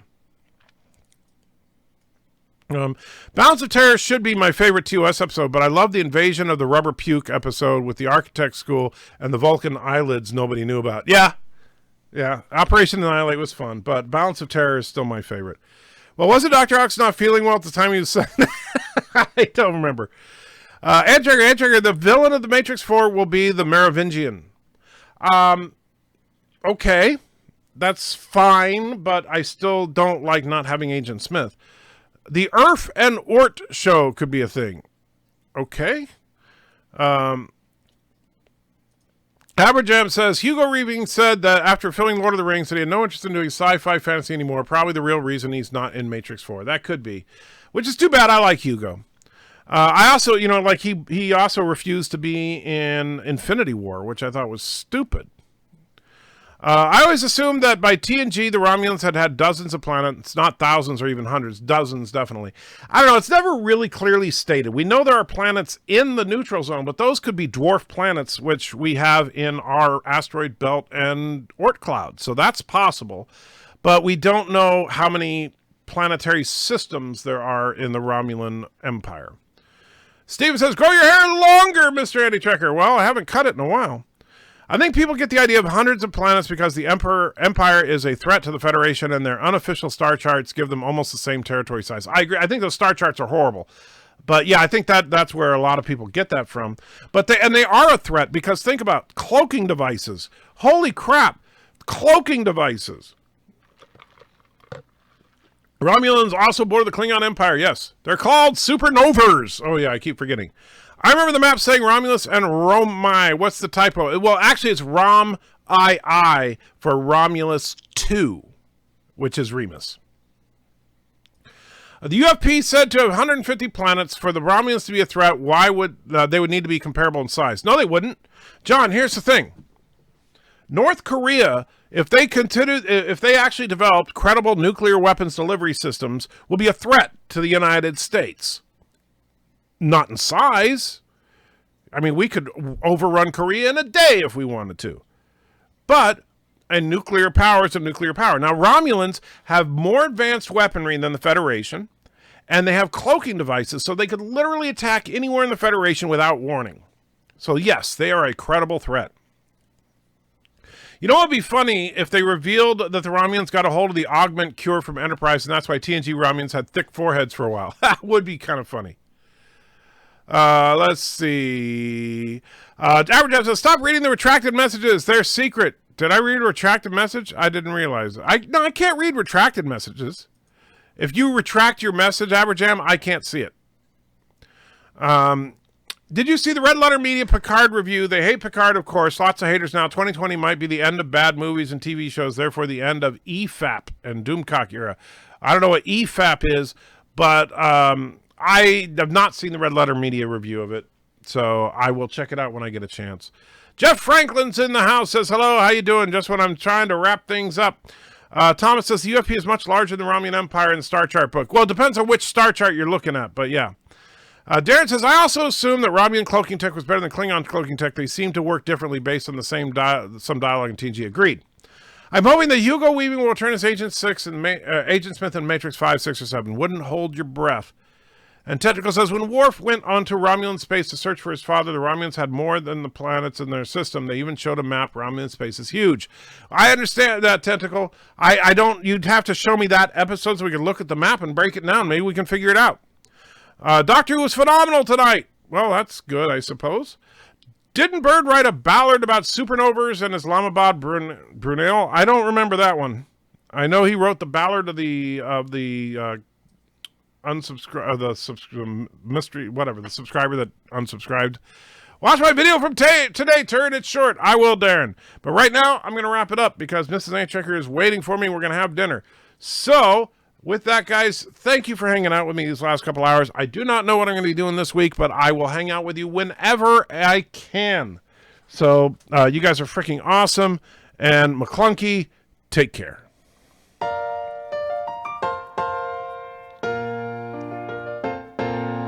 Making your way with the nerds today takes everything you've got. Taking a break from hating JJ sure would help a lot. Wouldn't you like to just get laid? Sometimes you wanna go where all the Trekkies know your name, and they're always glad you came. You wanna be in a galaxy where Star Trek isn't lame. You wanna go where everybody knows your name. Turds of a feather flock together, that's what we believe. We know a place that's got you covered, a place to get relief. Wouldn't you like to say me Prue? Sometimes you wanna go where Turnistannies know your name, and all Karogans are to blame. You wanna be where you can see Karoga go up in flames. You wanna go where everybody knows your name.